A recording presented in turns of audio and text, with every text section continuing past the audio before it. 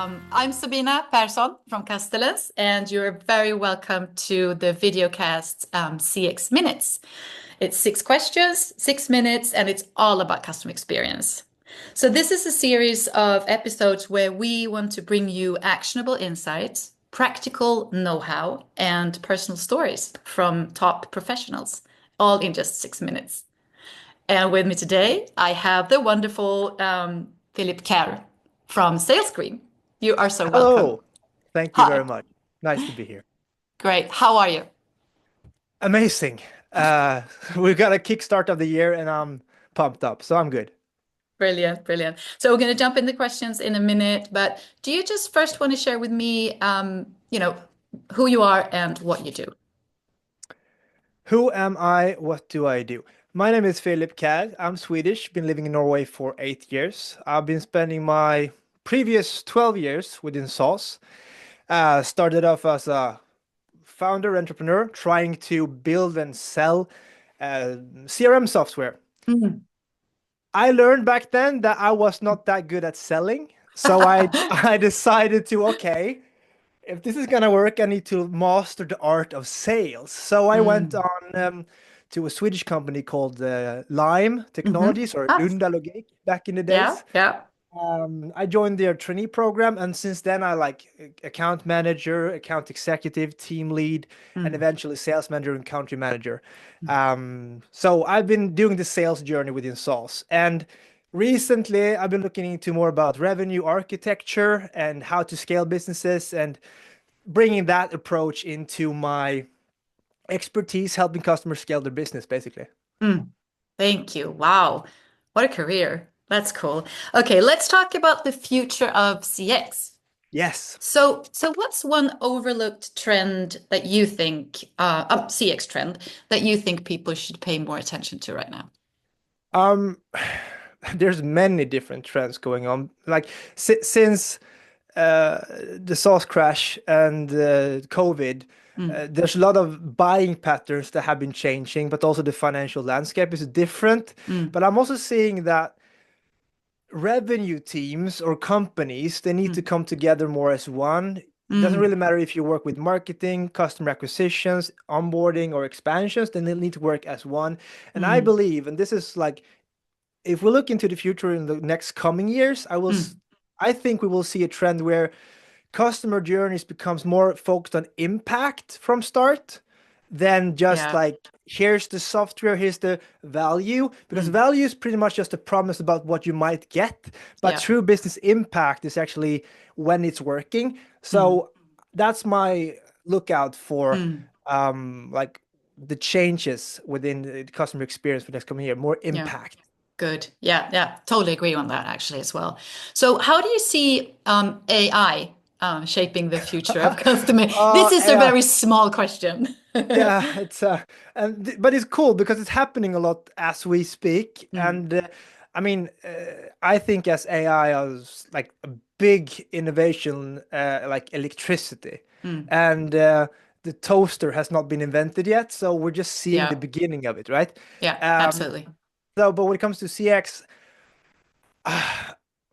I think we will start to utilize AI in a way to eliminate all these repetitive tasks we Mm. humans spend a lot of time doing, Mm. uh, and creating more value for the customers by doing that, giving them the information they want, maybe even Mm. before they know they want it, but Yeah. serving them more efficiently.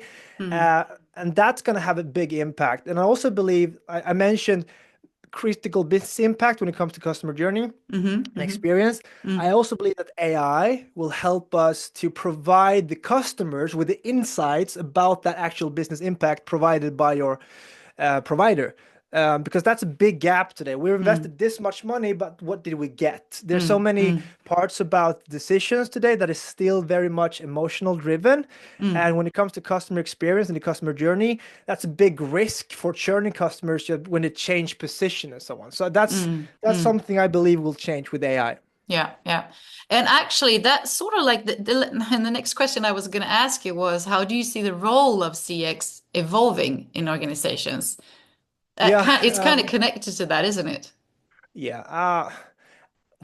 I mean, we need to adapt that role more, Mm, but like in the board meetings, in the management meetings, we need to have an empty chair representing the customer.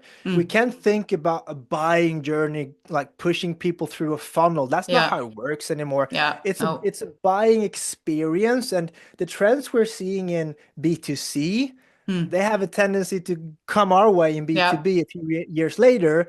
So you just look at how like Shopify or Mm, Spotify or those players are mm. doing it right now. That will be our reality within the next 2 years, I guess. Yeah, good. Thanks.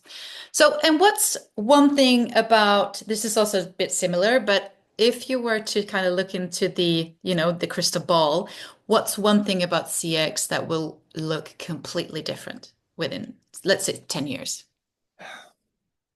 Maybe you've already answered that with the Yeah, AI question. no, but I Oh, mean it's relevant because if I need to sum it up, mm, uh, customers will not be depending on humans to leverage the knowledge to do good purchases and having a good experience. yeah. The knowledge has shifted uh, already, but it will be Mm, even be more like you as a customer, you will be more educated and aware about what's out there, the mm, competitive landscape, the value yeah. provided, the goods and the bads, and that will be something we as providers of software or services need to adapt Mm, to. Like they don't really need us to educate them at the same extent anymore. mm. Great. Yeah. And finally, we're getting to the last question.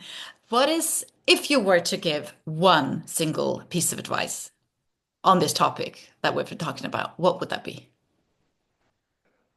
um it would be to come together as one team.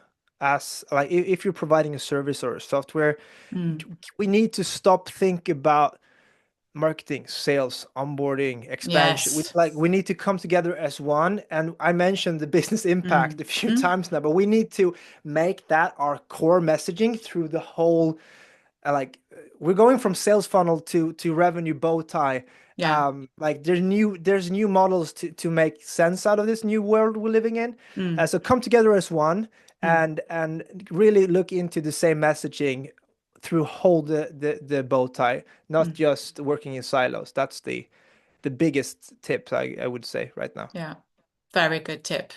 And the whole that tip is we could, could do a deep dive into that Yes. in another longer video cast. Yes. That's so, I mean, thank you so much for all of these fantastic advice, and it was great to have you here.